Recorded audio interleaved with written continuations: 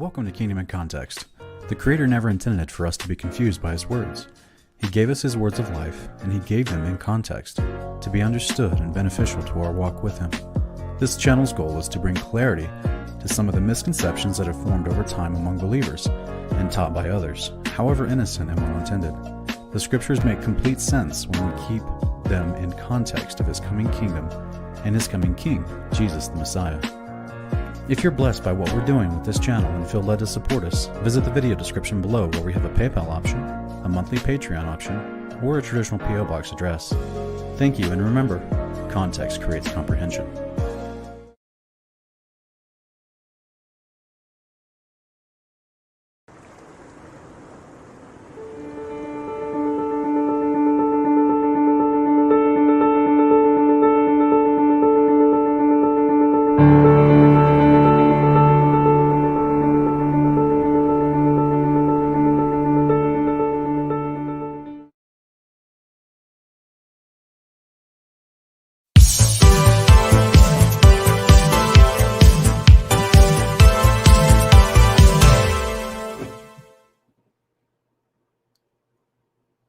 Welcome, fellow brave believers. This is Kingdom Cast. I'm your host, Sean. I want to thank you for joining me. And tonight, we're going to be talking about something really, really cool, at least in my opinion. We're going to be talking about, and we're finishing, or continuing, I should say, our Investigating Babylon series. We'll be doing part 2 tonight. But we're going to be talking about something that I've just, before doing research on this Babylon series, I had seen these images, I'd seen these concepts, but I just never had understood how interesting they were and significant they were to history, to the expanded kingdom that had spread out across the earth, ruled by the former leaders of Babylon. So tonight we'll be talking about the weapons of the gods, specifically one weapon, and how interesting it is, not just to history and what we see recorded in history, but also how it's gonna set the stage for what we're going to talk about in future episodes. Because remember, this Investigating Babylon series, we're looking at the past, the present, and the future of Babylon, and that's we're going to be looking at all different types of component pieces of that. And tonight is just another one of those pieces. So I want to thank everyone for joining me. Everyone that's already here, we have quite a few people in the chat. Calvin E, welcome. AC, Mary W, Miss Marcia, Mohammed Ibn Auf, I think I said that right, I apologize. James Henry, Royce Bell, Bill Craddock, Carla Malberg. Welcome, everybody. Appreciate you guys being here. Jamelia Sky. Angelo's here. Welcome, welcome. Mr. Bear is here. Patty43. Welcome, everybody. Kyle Barfield, welcome. Good to see everyone. Miss Catherine Huey is here. Welcome. She says it's 7:30 a.m. in Kenya. I'm just happy that you're able to watch me from across the ocean in Kenya. I think that's pretty amazing. So awesome, guys. All right. So let me just let you guys know, as you probably saw at the beginning of the broadcast, be ready for Lighthouse. They're going to be launching approximately in mid-December, and it is going to be a revolutionary new social media platform that actually integrates the best of YouTube and Facebook and Etsy all into one easy-to-use platform.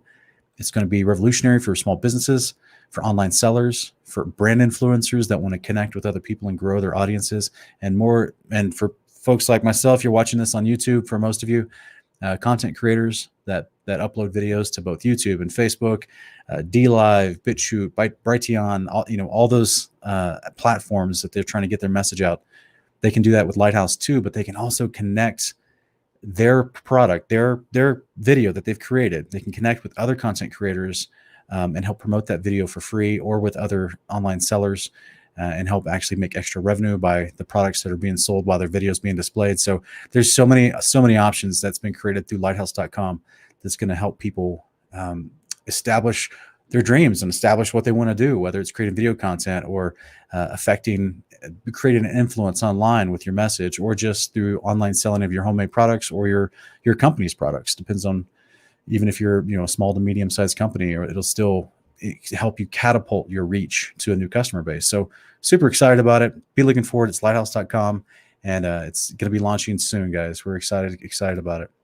Let me pull this up real quick, guys. I apologize. I didn't have this already pulled up earlier. I had to reboot my computer before our meeting earlier. So let me see here. That would be probably the 9th. Yes. Okay. All right. So let me try to pull this up here.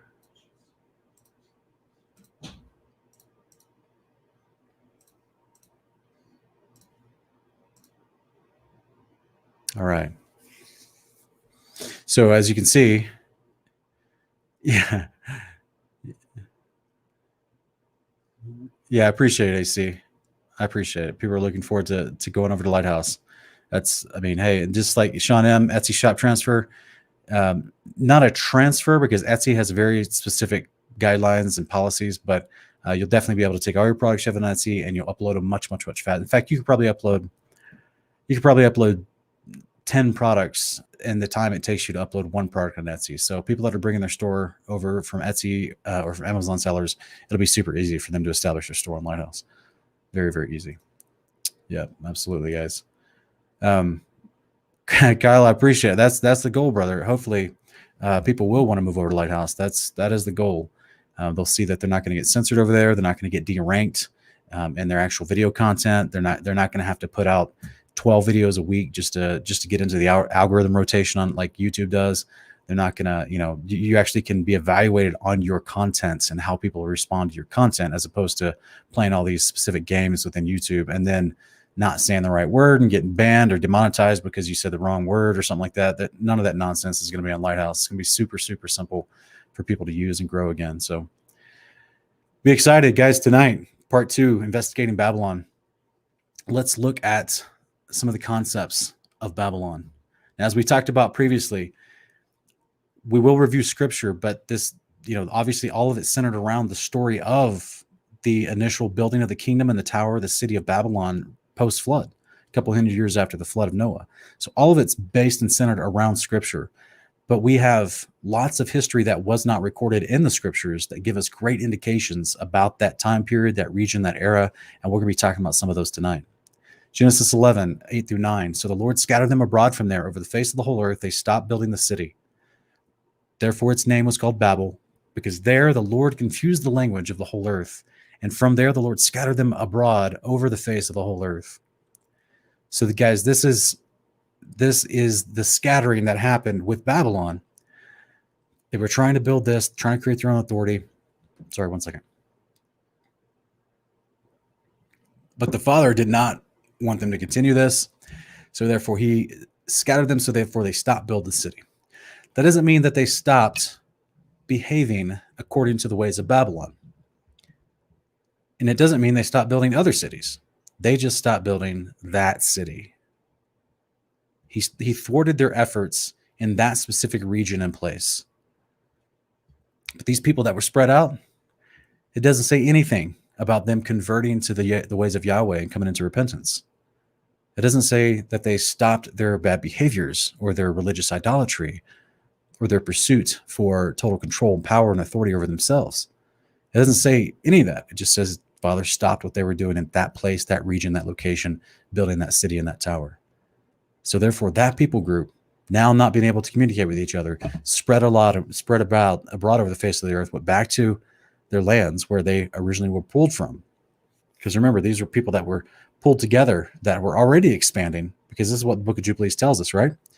Chapters 9 and 10, or excuse me, chapters 8 and 9, that Noah had brought forth his sons and his grandsons, and he apportioned huge portions of land to all of them as their inheritance. Those people went out to live and, into those areas to create their families.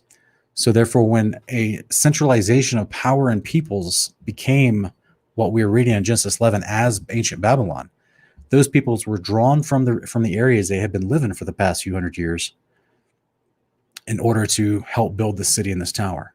So now that project has been thwarted and destroyed by the Father, they're going back to their lands. But now they don't speak the same languages.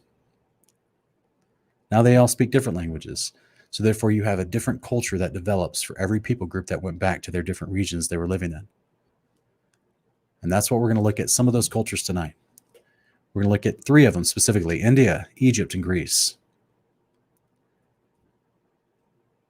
Let's look at India real quick. Not only do we see common architecture between India, Egypt, and Greece, as well as Mesopotamia, the Middle East, what is modern day Turkey, but was ancient Greece. I mean, you've got pyramids, ziggurats everywhere, especially in Egypt and northern Middle East area, what was nowadays called either Iraq or Syria, Lebanon, Turkey, those places. I mean, there's ancient ziggurats everywhere. So, I mean, we're not even talking about the more later ancient ziggurats that came about in North and South America, but just these from this ancient region from where they were initially dispersed after the project of the Tower of Babel. But India became a unique and vast culture of, not only do they flourish and have a large country to flourish within, but their culture was rich with artistic interpretation of their religious beliefs and of their culture, their artwork. Lots and lots of rich culture, rich artwork. So we see India that has these concepts of, they were still continuing to build towers. They just weren't as big. They still were in this mindset. Like I said, just because they were dispersed from Babylon doesn't mean they stopped practicing the behavior they were doing at Babylon. Just that building project at Babylon was stopped. They just went back to their own homelands and just carried on in their own culture, their own language now. And that's what we're going to dig into a little bit. So they had their own pantheon of gods, just like Egypt and Greece. And all those gods had different names. There was different drama. It was their own left, right wing paradigm. It was their own internal thing for the people to talk. I mean, they have great, vast stories in the Bhagavad Gita and other ancient Sanskrit writings from India, how those gods fought and warred with each other. And they had incredibly strong, powerful weapons that they made war with each other with. Did you guys know that the idea of reincarnation started in ancient India?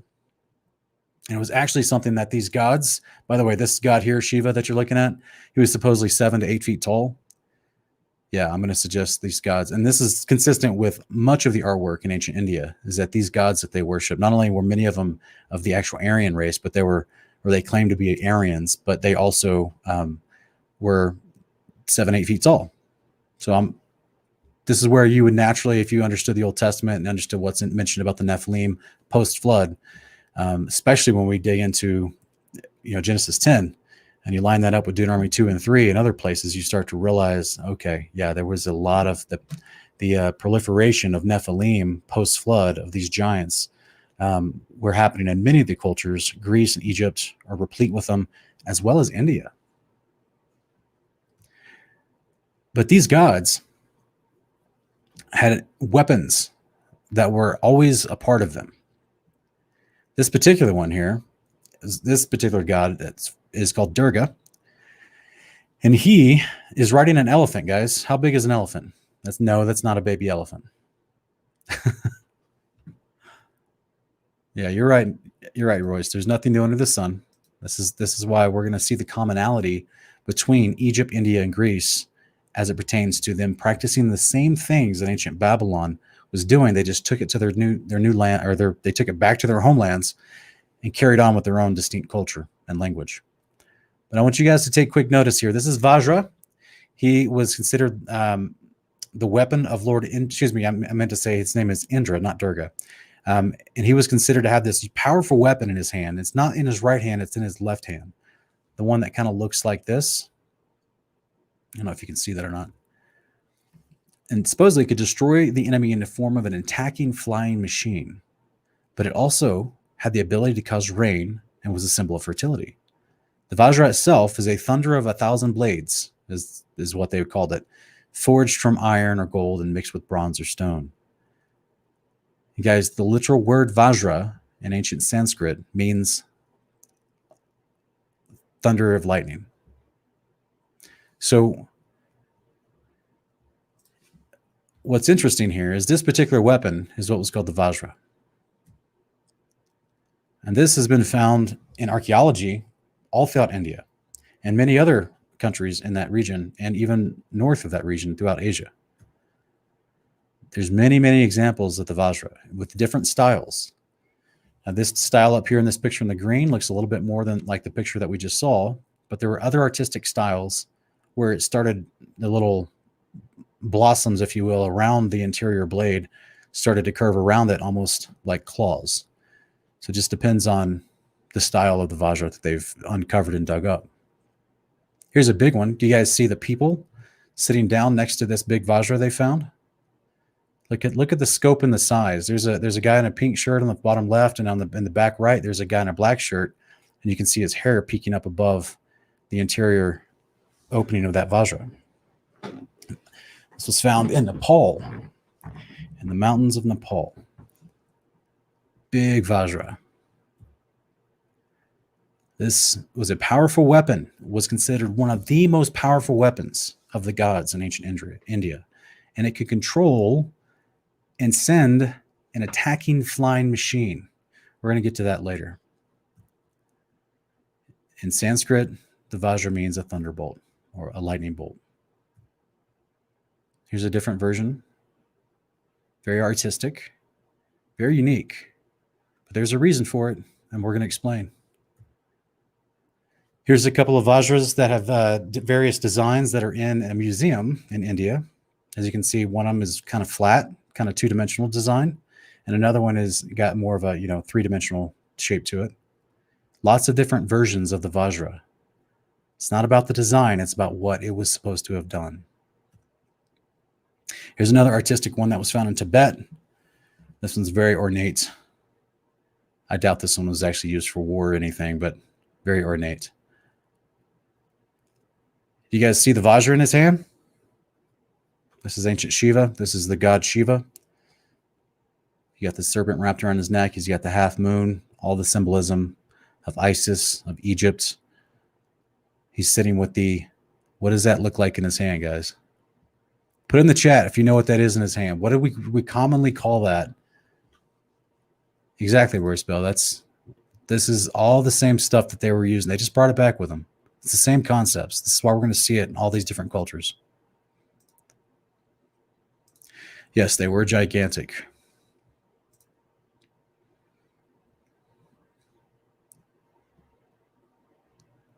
That's right, Royce. This is the Poseidon stick. This is at least what we in our culture have always, like most people that grow up in the United States, they're not introduced to a lot of culture from India through TV, movies, sitcoms, things like that. But we have been indoctrinated with a lot of ancient Greek culture. So Poseidon, one of the ancient Greek gods, had this same stick in his hand. And it's not a coincidence, guys. You guys remember when I just showed you in the museum? Look at the 2D. Look at the two-dimensional flat version of the Vajra. And I tell you, they have different artistic, it's the Master Soup, it's the trident. It's the artistic version of a Vajra. This one just has an elongated pole with it. And there's a reason for that. And I'm going to show that here in a minute. Here's another one. Looks like a sai, huh? Looks like from, like a weapon from Japan. It kind of looks like a sai. It's a flattened two-dimensional version. Oh, look, this is from Japan.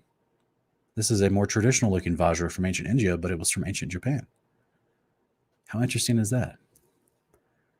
Miss Marcia, yes, they did have tech that we don't know have a clue about, and I'm showing it to you on screen right now, and we're going to go into what the tech is about it. Elias, it's possible. I mean, what I'm about to finish explaining for the rest of this, it's very, very possible. So this is from ancient Japan. Does this look familiar, guys? Just in case you want some modern artistic interpretation. Suddenly you wondered why these TIE fighters are shaped so strangely. Just an idea. Just throwing that out there for fun. Just for you Star Wars fans. Oh, but what about you Star Trek fans? You ever wondered why this ridiculous-looking Romulan ship was shaped like this? When you're having a battle in the air, just like ancient India talked about the Battle of the Gods. So Lord Indra of ancient India. Yeah, Shannon Lowe, you're right. It's also, they use these in the Stargate movie. I just didn't, I've already had way too many slides for this presentation. I just didn't want to show too many. So I was just trying to show really, yes, a lot. Stargate is a really popular movie and the series was popular, but I figured people would recognize Star Wars and Star Trek a little bit more. But you're right. It's in that one too. So again, this was considered to be the most powerful weapon in ancient India among the gods. that it was literally named thunderbolt or lightning bolt, can control the weather, and also could somehow control or send out an attack against you in the form of flying machines. Flying machines. What are we looking at here? You guys know about ancient Vimanas? Anybody heard about ancient Vimanas? You ever read the Bhagavad Gita from ancient India? We're going to go into this in a future episode, okay, guys? I'm just teasing y'all with this right now. We're going to talk all about Vimanas and Hitler's Bell Project and a whole bunch of other stuff when we transition into our present Babylon Present series, right? We're still in Babylon Past series. We're looking at ancient Babylon. But when we transition into present Babylon, we'll talk about it more. You guys see this? Here is a Vajra on top of a bell from ancient India. There's a reason why they put these two together. Look at all these different depictions of a Vajra on top of a bell. They had all these different depictions. Like I said, when we go over Babylon in the present form, we're going to be reviewing the Vajras, the flying machines, the bell projects from Hitler, because Hitler was obsessed with the Aryans here from ancient India. That's literally where he adopted the swastika. But yet in ancient India, it was supposed to mean peace. But the point is, that's where he adopted his occultic religion, was from ancient India. Let's transition, guys. For the sake of time, we'll go over to Greece. Here in Revelation chapter 2, 12 through 13. Kyle, not only does it look like the Pope's crown, but I almost included a picture in here how it looks just like Queen Elizabeth's crown, too. She's got a Vajra on, and it's a weird crown. It's not the traditional tiara-style crown, but it's the other. It's like the dome cap crown, the one that has the purple felt on the inside. It's got the Vajra tendrils that creep up to the top and come to a point at the top. I always wondered what that was, such a weird design for some sort of crown. But yeah, it's just an ancient Vajra. So guys, if you look, and here in Revelation chapter 2, 12 through 13, it says, "And to the angel of the church in Pergamum write this, the one who has the sharp two-edged sword says this, I know where you dwell, where Satan's throne is, and you hold fast my name and did not deny my faith, even the days of Antipas, my witness, my faithful one, who was killed among you, where Satan dwells." In the same verse, guys, he mentions twice that this is where Satan is. Do we take that literally? Remember when Jesus was tempted in Matthew 4 and Luke 4? Satan came up to him. Do we take that literally? Remember in Job chapter 1 and 2 when Satan goes up to heaven with the other angels and presents himself before Yahweh, and Yahweh asks him, "Where you been?" He's like, on the earth, to and fro. Do we take that literally? Do I take Revelation 2, 12 and 13 literally when Jesus is telling John, giving a message through the angel to the church at Pergamum, which is in ancient Greece? It's now modern day Turkey. Telling them this is where Satan's throne is. This is where Satan dwells. I know you're there. I know that they're engaging in persecution against you there.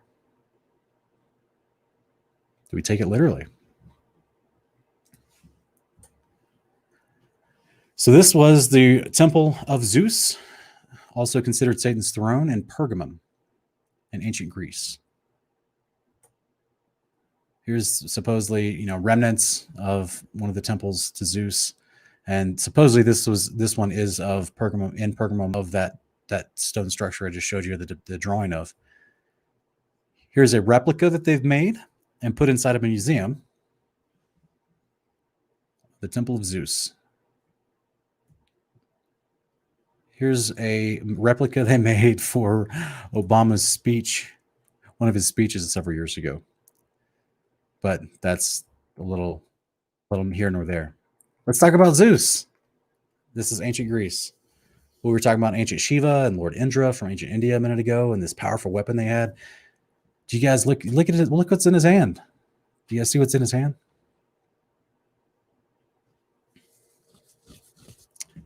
Here's a Vajra.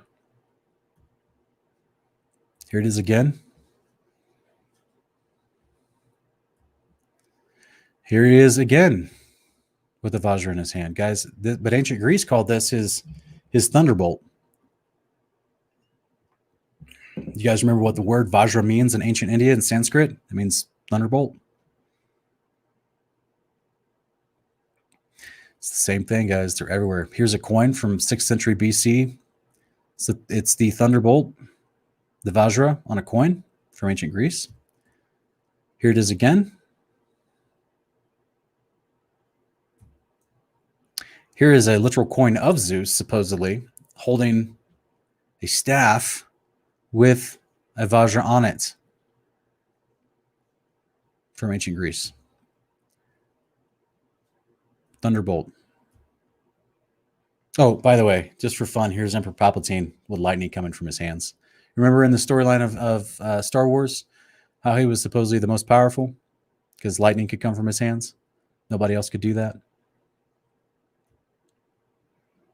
Interesting, huh? Thunderbolts coming from his hands. What about modern incantations like Iron Man? Directly from the palm. Remember the statue, the picture in the statue of Shiva holding the Vajra? He's got the all-seeing eye in his hand. Most of you guys already know that's a huge thing in the occult. That's where the power comes from. And that all-seeing eye is connected to something that connected to the Vajra that we're going to study in Egypt. Look at Iron Man. Look at his fingers. Are his fingers the tendrils that stretch out around the blade from the Vajra in a modern day depiction? Possibly. It's interesting, though, that he shoots lightning from his hand. And he shoots a photon blaze or something like that, laser blade blast from his hand. But this is the first Avengers movie that happened in 2012. Now, most of us already know that these are all patterned after ancient Greek gods. So you would have the Hercules character is like the Captain America. I mean, he's literally got, he's got the star of Apollo on his shield. He's got the wings of Nike on his head. You've got literal Thor there who can shoot lightning from his hand, from his Mjolnir, from his axe. Then you got Iron Man standing there, another incantation. But what happens in this moment in this movie is they actually start getting in a fight. Thor hits him with a lightning bolt from his hammer, but he guards it with his hand, but it doesn't hurt him. In fact, he absorbs it and shoots it back. That's going to matter, guys. That's going to matter. I know you guys might think, well, man, he's just taking pieces of similarity from a modern day movie and trying to apply them. Guys, the symbolism is going to matter because we're actually getting into the tech of what the Vajra could do here in just a minute. I'm just building. I mean, we're only 27 minutes in. I'm just building to explain where this stuff goes, what the ancient people believed about these things, and should we take their beliefs seriously? Let's move into ancient Egypt. You guys see a Vajra anywhere?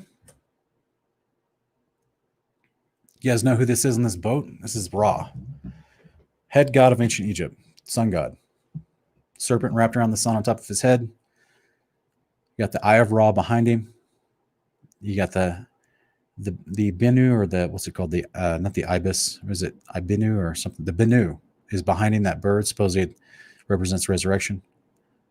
And then he's fighting a serpent, and he's actually on a boat. Supposedly in this depiction, he's on a boat in the underground river of the earth, and he's fighting a great serpent with this thunderbolt, with this Vajra. Let's look at some actual hieroglyphs from ancient Egypt. You guys see this? I'll make it a little bit bigger for you. Do you guys see what's in his hand? Look what's in Ra's hand. Ra's the hawk-headed figure with the snake wrapped around that sun above his head on the right-hand side. And then in his hand, he's holding this staff. This was the staff of Ra. Yes, Sean, you're right. In ancient Hebrew, Ra is the word for evil or bad. Look at the bottom of his staff, guys.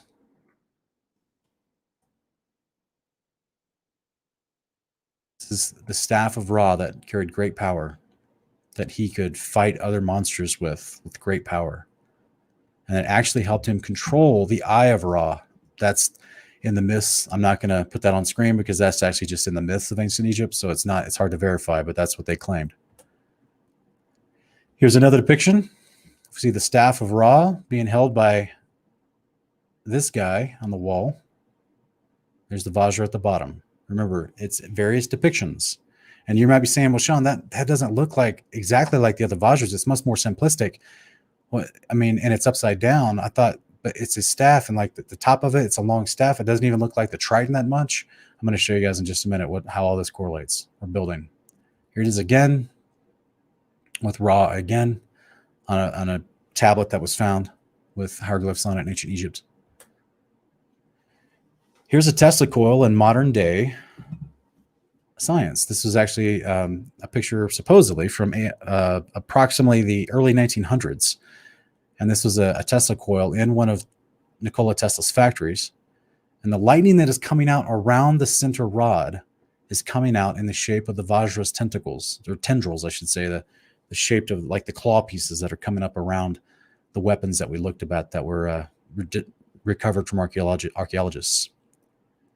Here's a rod in between the lightning discharge from a Tesla coil coming out just like the shape of a Vajra that we saw in Zeus's hand, that we saw in ancient India in that god Indra, his hand. Here's a double-ended Tesla coil shooting out the same pattern, a double-ended Tesla coil shooting out the same pattern. In case you wondered why the Vajra, there's incantations of the Vajra that were double-ended. And then we see like the Staff of Ra or the Poseidon Trident that's only one-ended. Here's another picture from this one's actually from 1898. Is Nikola Tesla sitting in his factory, sitting underneath the electrical discharge that's coming out like the Vajra that we saw in the hand of Indra and Zeus. It's Nikola Tesla. If anyone's unfamiliar, this guy was an inventor, an engineer, electrical engineer, and he invented about most of the things that are in your car. Transmission, most of the engines, your radiators. He invented a whole bunch of stuff that people never give him credit for. And he's got 300 patents on file in the U.S. Patent Office. And one of the things that he invented was this Tesla coil concept that could actually discharge different voltage, but it was with an alternating current. It wasn't with direct current like we use in our homes today. That was Edison. Edison was working with direct current. Tesla was working with what's called alternating current. So while it can be dangerous in low doses or low voltages, it's not dangerous. And you can touch it. Shooting off plasma discharges in low voltages, you can actually touch it. This is a variant of a Tesla coil in the modern times. Someone made it, looks like in their bedroom or their dorm room, and they can touch the plasma discharge that's coming off of it. Here's another guy with a different form of a Tesla plasma discharge in an outside experiment that is actually touching the plasma discharge and not being electrocuted. This is just science, guys. Here's a lady holding her, what looks like some sort of like lightning, not lightning, but it looks like one of those lights you put up in a garage or a factory or something. And it's attracting the plasma discharge from the big Tesla coil, and it's not hurting her.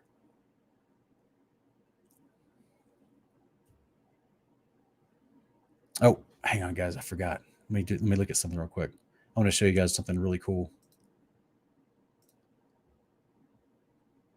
Let me find it real quick.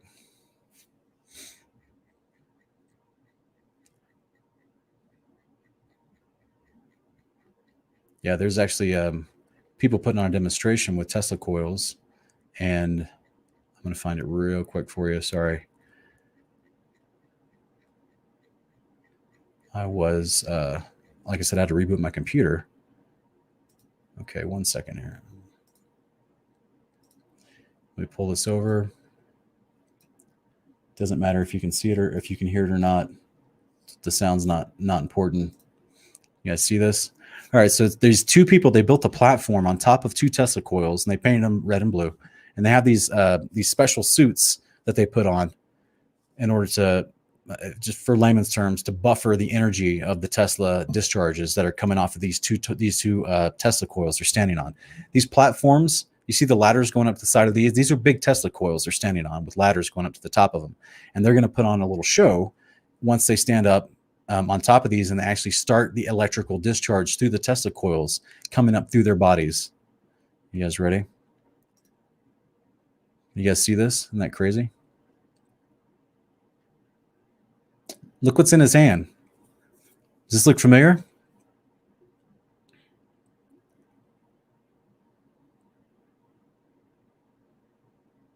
Looks pretty familiar to me.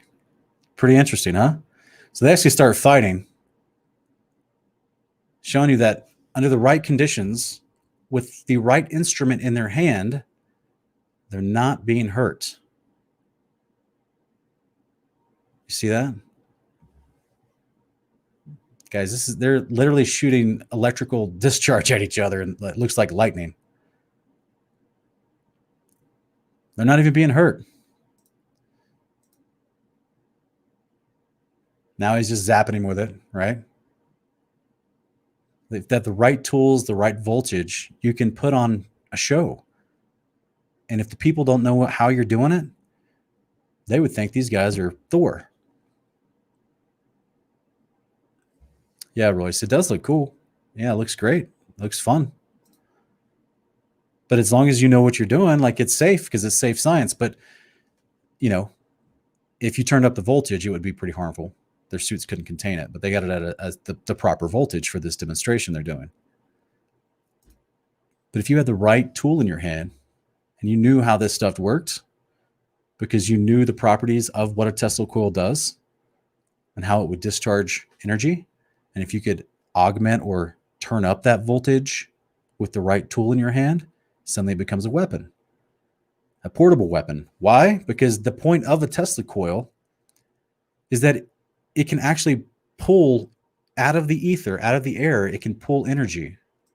I don't know if many people know this, but this is like in 1895, Tesla used to do experiments in Colorado Springs, Colorado. And one of those famous experiments he did was he was taking one of his Tesla coils and he put it in the ground. And the top of it was supposedly pulling energy out of the air. And then he put a light bulb like 100 yards away in the ground, and it lit up the light bulb.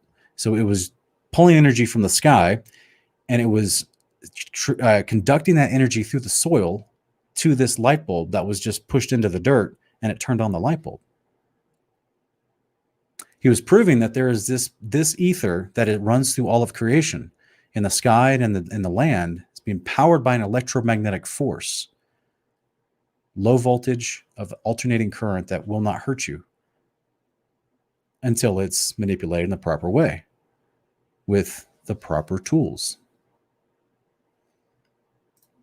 So when we have people showing a Tesla coil, this is a large-scale Tesla coil that was in Russia. They don't use it anymore, to harvest electricity. Why aren't we using that all across the world? Because Edison won the propaganda battle back in the early 1900s. But that's a whole nother show. Remember these? What does that look like, guys? Does that look familiar? Guys, let's go to Egypt. We've been in Egypt, right? We've been talking about this idea of Ra, his staff. Now look what these are. We talked about these in my Polyon video. And yes, 711 Lucas, you're right. Yeah, copper is an important part of this. And yes, 5-stone SECC, Tesla coils give free energy. That's right. So the idea is that, by the way, 711 Lucas, those Vajras that we saw and the first pictures, my first slides at the beginning of this broadcast, most of them are made of copper. So what are we looking at here in these hieroglyphs from ancient Egypt? We're looking at little dudes standing next to giants moving this big pillar. And as I show in my Polyon video, this pillar, guys, was called a Djed, D-J-E-D, a Djed. This is closely associated with Ra and Osiris. Does that look familiar? This is exactly what we saw on one of the bell-shaped Vajras that we just looked at. And we're going to see it further because this is the shape of a Tesla coil. This is a little bit better picture of that interior temple with this hieroglyph on the wall. Now let's look at the staff of Ra being held by ancient rulers. We got Ptah, P-T-A-H. Ptah is on the left. I think it's Pharaoh Amenhotep, I think is who it is, the gold one in the center, and it's also him close up on the right. You guys see this? The staff of Ra with the Vajra at the bottom, Tesla coil at the top. Just in case you want, it's at the Vajra at the bottom, Tesla coil at the top. It's right there in their hands. You guys want to see it more directly implicated with the staff of Ra? Here we have the Ankh, represents resurrection. The Djed, which was supposedly, according to ancient Egypt, this mysterious thing that they referred to as like the backbone of Osiris, because supposedly it's what helped him transition his mortal flesh into immortal flesh. Please go watch my Apollyon video, and I break that down and go into depth about that and why he's the Antichrist that comes back. But then you also have the staff of Ra right next to it with that Vajra at the bottom. Or you just turn it upside down if you're going to use it. All this is connected, guys. Here we have the staff of Ra, the Djed, the Ankh, the serpent on the top. That's why the serpent was always a part of it, and also the sun, half of the sun below, because Ra was the sun god. Here it is, another artifact from ancient Egypt, always together. The Djed, the staff of Ra, and resurrection. So, like I said, tonight, guys, we're just building. We're just building to more concepts. So, ancient India worshiped giant gods, quote unquote, little g gods, giants that called themselves little g gods. They promised reincarnation to the people after several generations. And originally, reincarnation was just for the Nephilim, which makes perfect sense when you understand who the Nephilim are, the unclean spirit concept, and why they would even hold that belief. As far as who the unclean spirits are that were deceiving these people, as Jubilees chapter 10 explains to us. But then over time, they would start offering the idea of reincarnation to the people, to the regular people who weren't in the ruling class, as a reward for good behavior. So, but it originally came from the Nephilim, these ancient rulers that had come from Babylon. Guys, not everybody was destroyed when Babylon was overthrown. That's why it's called overthrow in the book of Jubilees. The tower itself was overthrown. It was destroyed. The city was abandoned. The whole project, the whole building effort was abandoned because they couldn't communicate with each other anymore. So they just spread out to the different lands, as you read in Genesis 11:8. Some went to the south, to Egypt. Some went to the southeast, over to India. Others went to the northeast, into the Greek area. But they all took the same concepts with them. And I submit to you that they took the same rulers with them. And that those rulers just traveled around. It was a common practice of the fallen angels before the flood in the book of Enoch. They taught mankind the use of antimony, the flattering of the eyelids, makeup, basically. Well, that's why we see all these ancient gods from ancient Greece, from ancient India, and from ancient Egypt all dolled up in makeup. And many of them are transgendered as well. Another common trait within Babylon, both past, present, and future. But this is the same ruling class. This is the theory I'm putting forward, and there's a reason for it. And the same symbols and designs of the ancient powerful weapons we see in modern day movies by people that are making movies and trying to bring a different narrative that is absolutely 100% against the Bible, like the narrative of Star Trek and Star Wars. Right? The whole story that's built around that narrative is an influx of New Age ideas and also ancient ideas from ancient Egypt and ancient India, as far as their philosophy and different precepts that are built into the idea of the Jedi Order and the Sith Order and all this different stuff. But then you've got the modern incantations within those artistic depictions, literally of things that we see in hieroglyphs and ancient paintings and ancient pictographs from these ancient cultures about how the gods had this stick of lightning. So I just want to we're building information for these series. Okay. We're going to, I honestly don't know how many series, how many parts of this series it's going to turn into. It may be 7, it may be 8, but the point is there's a lot to look at when you're talking about what was ancient Babylon, because people say, oh, well, we don't have any record of it. They can't find evidence of where the city was or the tower was. And I'm like, bull, it's all over the place. They're using the same architecture and everywhere. all across all the other continents, all the other places where they went out and scattered out and kept building and kept doing the same behavior with the same power structure, with the same hierarchy of leadership. They just weren't unified anymore. They had their own language, their own culture. They're still doing the same anti-Yahweh behavior. And they're still ruling with power over the people that they rule over. So this particular episode is focusing on one aspect of that power. And how interesting is it that, as we read earlier, that this particular Vajra thunderbolt weapon that they had, not only could it control the weather, but it's also literally called thunderbolt. And in Zeus's depiction, it's actually shooting lightning from it. But also that it can control flying machines.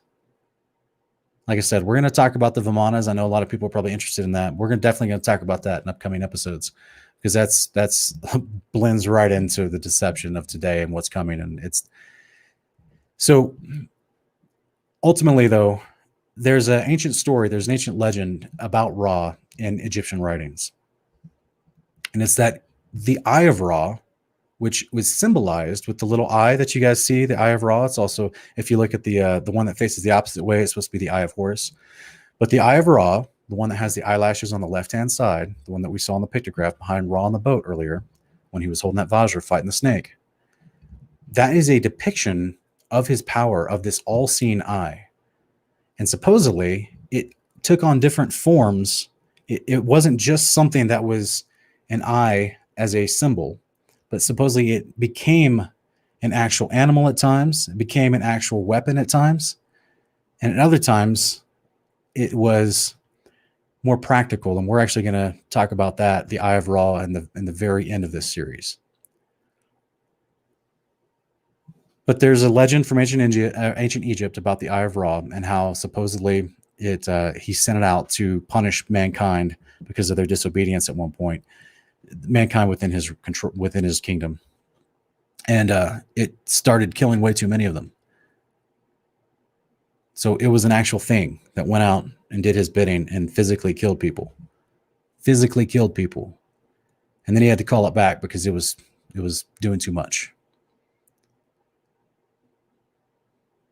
I just think it's interesting because I see a lot of unique parallel to this concept in Revelation 13, where the second beast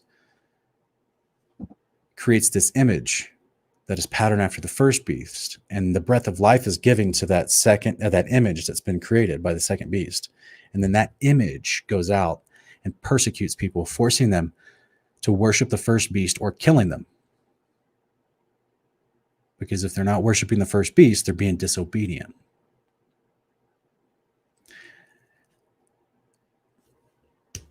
Very interesting. And as I show in my Apollyon video, this Ra character, he would be the synonymous with the Satan character. Same thing with the Zeus character. And so they would have this son, if you will, that took on an apprentice role that became like in ancient Egypt. They talked about Ra and Osiris, that Ra was the sun god, he was the patron god, but then Osiris came up and he was actually engrafted into Ra's authority and power, and as well as the Djed being mixed into somehow making him become immortal. And as a result of that, he was Ra then labeled Osiris the King of Kings and Lord of Lords, but specifically of the underworld. And this is where we see this Apollyon character, who's traced back to Osiris of ancient Egypt, coming out of the pit in Revelation 9, which I've shown in my Apollyon video that is the Antichrist, that is the beast of Revelation 17:8. So this is why I'm trying to show and bring some perspective and some scope to all this, guys. The Father, through his Son, through an angel, speaks to John in the book of Revelation, gives a message in chapter 2, tells you that at that point in time, he literally says in 2 verses that Satan's throne was in Pergamum, which is in ancient Greece. Physical place. It's a real place. Do we believe that the Nephilim were real or not? Do we believe these stories of that they would have had a leader too? Do we believe the book of Enoch and Jubilees that tells us that the unclean spirits who were called Nephilim before the flood, and then after the flood, they were just disembodied to try to attempt and oppress and attack mankind? and they were the ones that they were considered being worshipped as gods, that were influencing the new Nephilim and the new kings that were being rebellious towards Yahweh after the flood. They were all under the control of Satan, according to the book of Enoch and Jubilees. All of them. And I would posit, according to the book of Revelation, I mean, it even tells you in Revelation 12 and 13, it's Satan who gives his authority and power to the first beast. And that first beast is the one that comes out of the pit, Apollyon. This is the same structure of hierarchy of Zeus and Apollo, Ra and Osiris. I don't know the actual counterpart to Shiva in ancient India, what the god's name was above him. I can't remember it right now, but it's the same concept. They had the same staff of power. You guys remember the concept of holding that staff was mean you rule with power. That was your, we see this same type of language being used of Yeshua, right? That he'll rule with an iron rod. Well, they literally had a copper or iron or wood or stone. They would literally have a Vajra in their hand, the head rulers of these ancient cultures right after the fall of Babylon. They had this literal rod that was a Vajra that has on it the same concepts that we see today. If another one was made, you can conduct power through it. You could literally pull electromagnetic energy out of the air, conduct it into an actual discharge or plasma in a high voltage. You literally have a thunderbolt in your hand. So guys, if you have any questions, I appreciate you bearing with me through this. And if you have any questions, put them in all capitalization. I want to thank you guys. One second, let me turn this off. I want to thank you guys for joining me tonight. This was we normally just do a lot of scriptures, but real quick, there's a couple comments. There's some of the comments that's talking about the correlations of NASA as far as the ancient gods of Apollo and different things like that. We're definitely going to get to that, guys. That's definitely a part of this series when we go into Babylon and the present. Remember, it's three component pieces of this series: the past, present, future. So we're definitely going to be touching on NASA in the present day series when we get there, those parts of the series. Yeah, you're right, Kyle, that ancient Shiva was the god of resurrection and destruction, a destroyer of worlds, as it's put in the Bhagavad Gita. And also, they are... Shiva is the statue out in front of CERN. And I know a lot of people love to talk about CERN. And I just be honest with you guys, I know what the official story is about CERN. I just don't know exactly what they're doing there, because I don't believe the official story about what they're doing at CERN and why they're doing it. But I know it's not good. Whatever they're doing there, it's definitely not good. And they have Shiva and an idol of Shiva out in front of their courtyard at the CERN facilities in Switzerland. So it's definitely not good.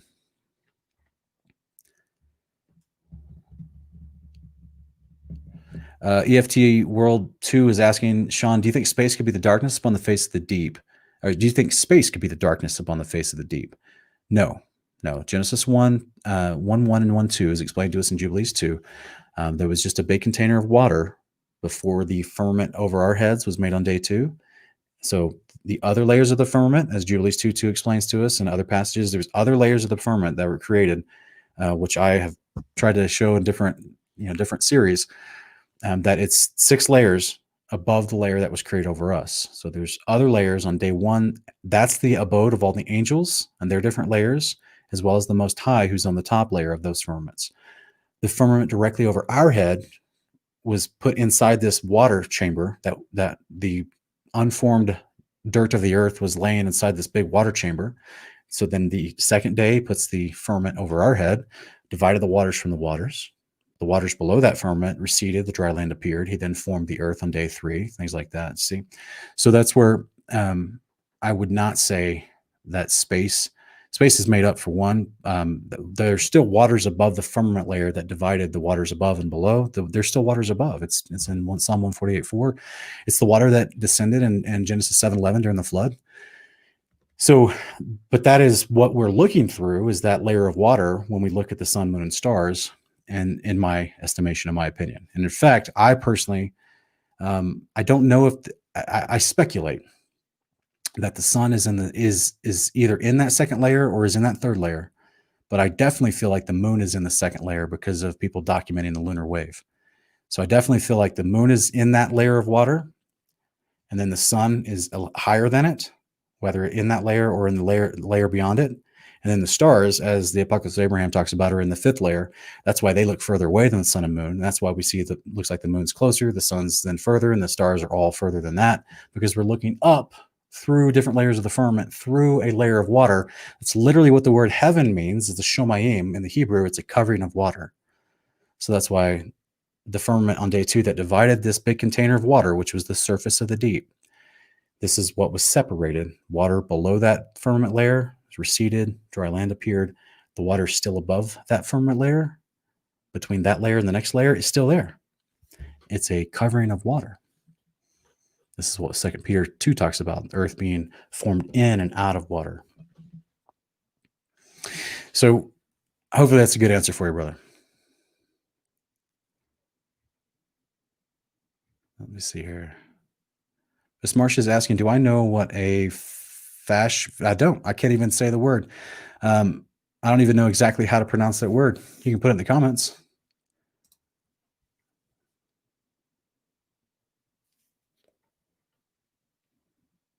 Paul the disciple is asking, will we have consciousness while in Sheol or just after resurrection? It depends on what level of consciousness you're talking about. Clearly, there's some form of consciousness there. I don't think Yeshua is going to lie to us, to be honest with you, about afterlife theology. In Luke 16, talking about the rich man and the poor man, one is in actual emotional anguish and torment. This is what we've tried to break down from the Greek, from the word that's used for the flame of the fire in that passage in Luke 16, 19 through 41, where the rich man who's seen Lazarus that had died also, they're both in Hades. That word Hades is the word Sheol.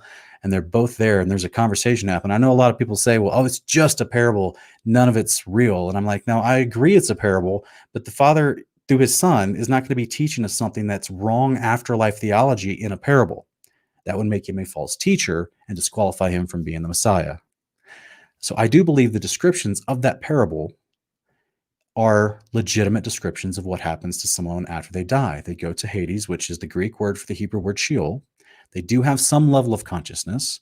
They don't feel, the people on the unrighteous side, where the rich man went, they feel emotional torment. Nowhere is it described that there's an actual flame they're burning in. The flame that he was wanting a drop of water from Lazarus' side, is that's the drop of water of life, because he wants to escape the second death, which is where he's thrown into the flame, which is the Gehenna, the lake of fire, which destroys him completely. So in the interim, he's just lost his body and waiting for the resurrection of the righteous and the wicked at the end of the millennial reign. So this is why he's in some level of consciousness. He just doesn't know. He can't go anywhere. This is his confinement, as Enoch 22 explains why that was created.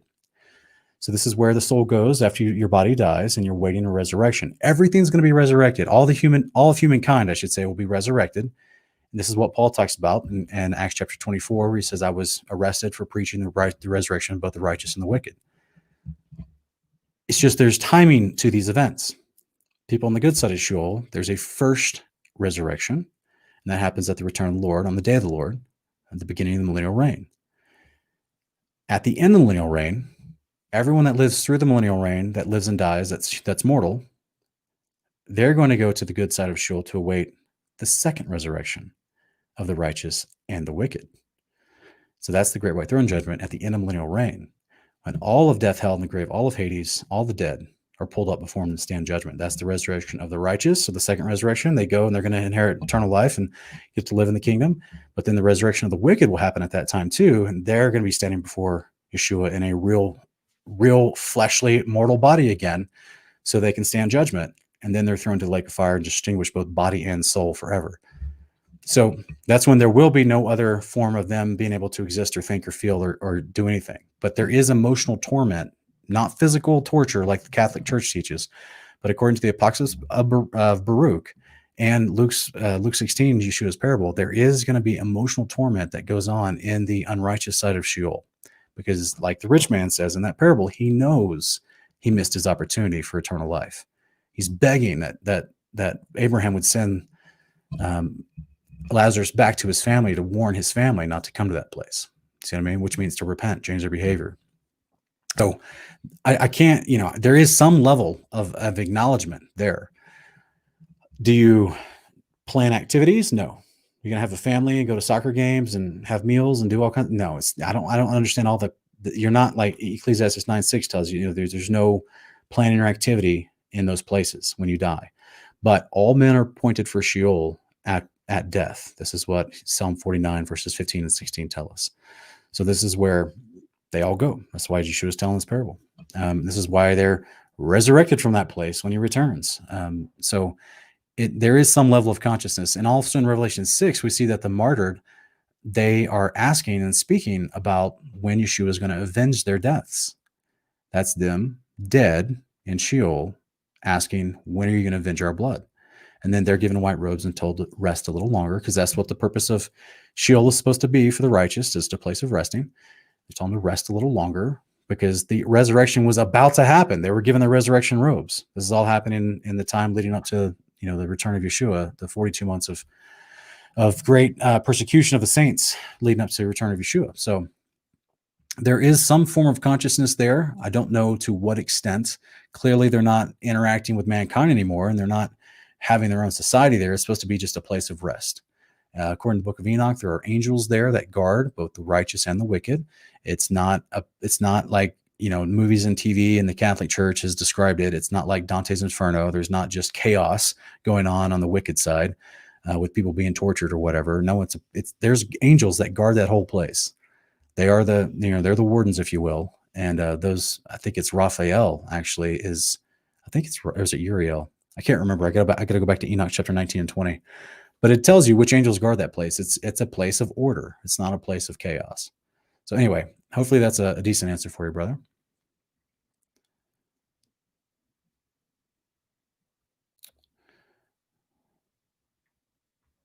All right, let's see if I saw another question. Kyle, ask him. Ask him.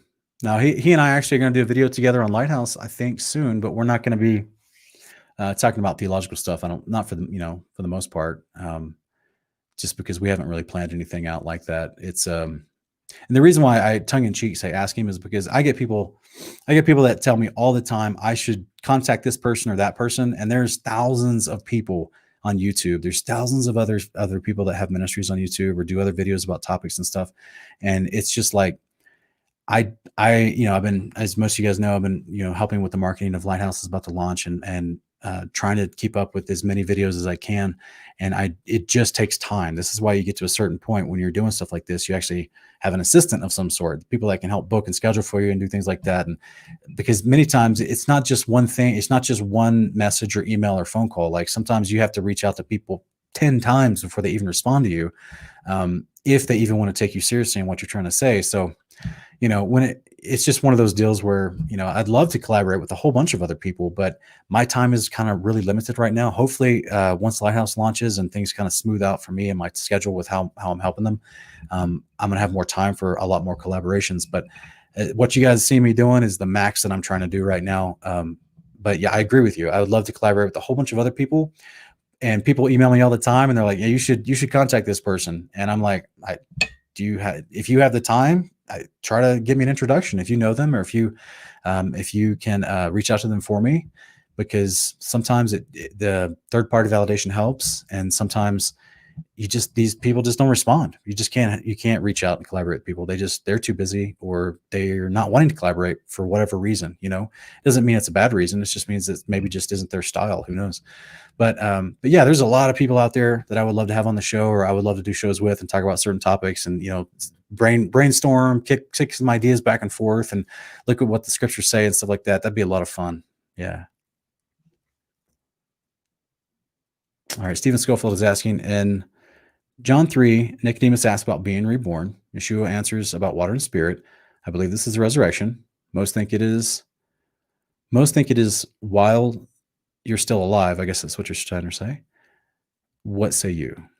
No, it's you're reborn. Like, we use this terminology of being reborn as a moment of conversion. I've actually done an entire video on this in my Morning Cup of Context playlist, and it's titled, Are You Born Again? And I actually go into all the scriptures in the New Testament, the Old Testament, the idea of your conversion moment. Yes, you can 100% talk about it like you're born again. Don't get overly, in my opinion, I don't try to get overly strict about the verbiage and the semantics. If you want to refer to your conversion and you're coming into faith and discipleship with Yeshua as your moment of being born again, go for it, 100%. There's some phraseology in the New Testament that leads people to that decision, but the literal moment of you actually getting a new body is at the resurrection. And that is the body of water and spirit that you're promised. That's why in the description in John chapter 3, 5-8, Yeshua is telling Nicodemus that, where the spirit moves, where it wants to go, like the wind, right? This is what the angels can do. This is what a body made of water and spirit can do. We don't get that body until we get resurrected in our glorified body. Romans 8:19, also Luke 20:36. So this is what's promised to us. Also in the Apocalypse of Baruch, chapter 51, verses 8-11. Okay, that's what's promised to us at the resurrection is this body that Yeshua is inferring to Nicodemus. And that's why at the conclusion of this conversation, he tells Nicodemus, he's like, you're a teacher of Israel and you don't understand these things? How can that be? Because Yeshua was dealing with a lot of uninformed people back then. They had a lot of bad doctrine, a lot of mixed doctrines in theology, because the Pharisees had for generations had come in and been infusing bad doctrine into the people and confusing people. This is why Yeshua went around teaching the Torah, and they killed him for it, because they were teaching other stuff by that time. They're holding up the Torah like this is what we believe and teach, but then they actually teach you something else. This is an old trick from the enemy. So this is what the Pharisees were doing. It's exactly what the Catholic Church does. So, guys, David Shearer just dropped that video in the chat. Thank you, brother. Am I born again? That's the video title. I had it wrong. Yes, it's Am I born again? I think that's mine, because I know Ken Heidebrecht from Hanging on His Words. He made a good one too, and I think his is Are You Born Again? But either way, he made a good one about that too. So either one of those would work.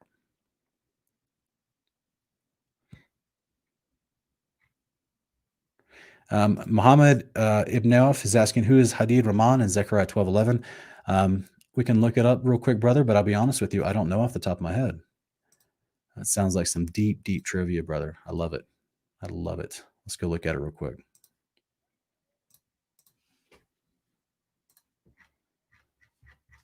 Okay.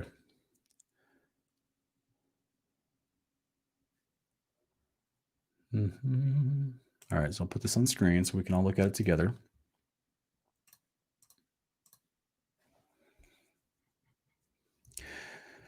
All right, so as always, we want to look for context, but I have a feeling that this particular context may be in another book somewhere, because I didn't see anything about it in this particular chapter. But I'll just read this part real quick for posterity's sake.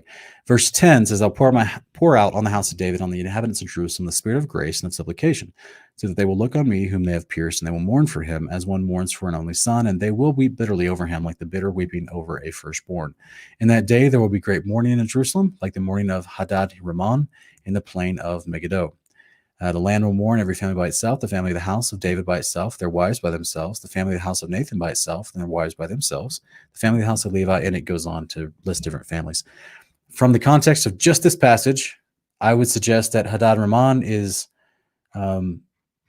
apparently another ruler that was killed in Megiddo, in the plains of Megiddo that day, unless the Septuagint is correct. And it's just a pomegranate grove that was cut down. And I think this actually might be referring to one of the battles of King Saul back in 1 Samuel. I have to go back and study that. But I'm pretty sure they had a battle in the Valley of Megiddo, which is the Valley of Armageddon. It was either Saul or King David. And yeah, this could be what that was referring to. So yeah, I apologize, brother. Great question. I'll have to do some further research on that to try to look it up. All right, guys, let's see if we have one more question, and I got to turn it off for the night. I really appreciate everybody showing up. Hopefully this was an edifying episode. Hopefully you can just, stack it away and, part 1 and part 2 together. You kind of start seeing we're going to build to some bigger ideas about what is Babylon in the past, in the present, and also in the future. That's referred to as Mystery Babylon in the book of Revelation. So we're going to look at this in depth from every angle. Kelly J asking a famous question, right? A lot of people ask this when we start talking about Sheol and the resurrection.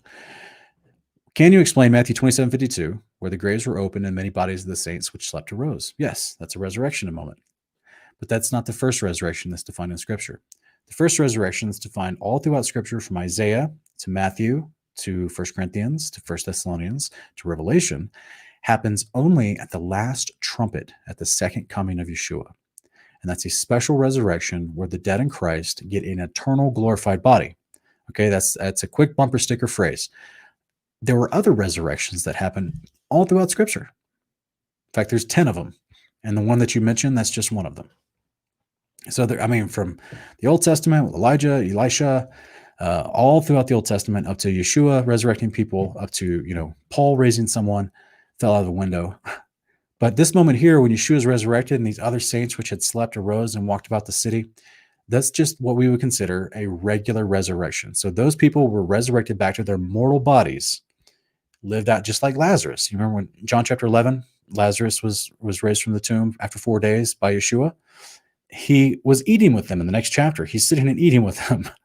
So that's it. He's been resurrected to his mortal body. This one here, the one that can't move like water and spirit, like an angel. This is our mortal body. All right. Yeshua exemplified for us what we're all going to receive at the first resurrection. This is why Yeshua is called the first fruits of the first resurrection. And he received a glorified immortal body, which has the same physics, if you will, the same chemistry like the angels. That's why it tells us in Luke 23:6, you'll be like the angels at the resurrection. That's why he exemplified that type of body in John chapter 20, where he just appears inside of a locked room. He can just come and go like the wind. He can appear and disappear. Just like in Luke 24, he's breaking bread with the 2 disciples after they get back on the walk to Emmaus, and then he disappears right in front of their eyes. So that's the type of body that angels have, and that's the type of ability that angels can demonstrate with that body. The people in Matthew 27, it's not the first resurrection event that's promised in prophecy. The last trumpet didn't happen that day. Those are regular resurrections from the power of God exuding through the sun and spilling out on some of the graves around them. It's the power of resurrection, because Jesus said, I'm the life and the resurrection. So the same powerful spirit that raised Jesus to the dead and gave him his incorruptible, immortal body spilled out and raised other people from the dead back into their fleshly bodies. It's a large metropolis at that time. There's lots of people dying every day, just like in modern cities where there's 3-4 million people. Lots of people die every day. Yes, even righteous saints. Those are just people that were dead, in my opinion, up to 3 or 4 days, like Lazarus, and then they're raised from the dead after that. They would lived out the rest of their life and then just died again. Now they're going to go to Sheol and wait for the actual first resurrection event where they're going to get their immortal bodies and live forever, the eternal life moment. So hopefully that's a good answer for you. Hopefully that makes sense. I've actually go to my Kingdom Cast channel and go to the playlists of shareables. I have all the videos, the short little 2-3 minute videos with the red thumbnails. And I'm pretty sure I did a video specifically on Matthew 27 about that, if you want further expounding. So I appreciate all of you guys. Signia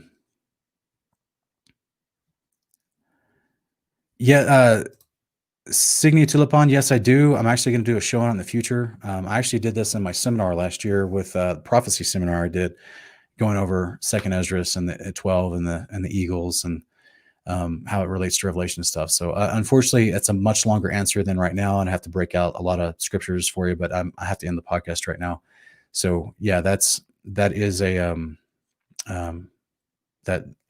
I hear you. Doing one on that, and we're going to be doing that in the future. It's a great topic.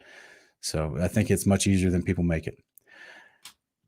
Stephen Schofield, yes, we are planning to do Honor of Kings this week. As long as Ken is still okay. He had to go to the hospital last Sunday. I guess he messed up his ankle pretty bad, and he couldn't film. So as long as he's able to do it, we're doing it. All right, guys. I appreciate everybody that's here and that joined me tonight. Hopefully it's been good for you. Share it on your socials if you like, and be encouraged. Lighthouse is coming. It's coming. We hope to see you guys here next time.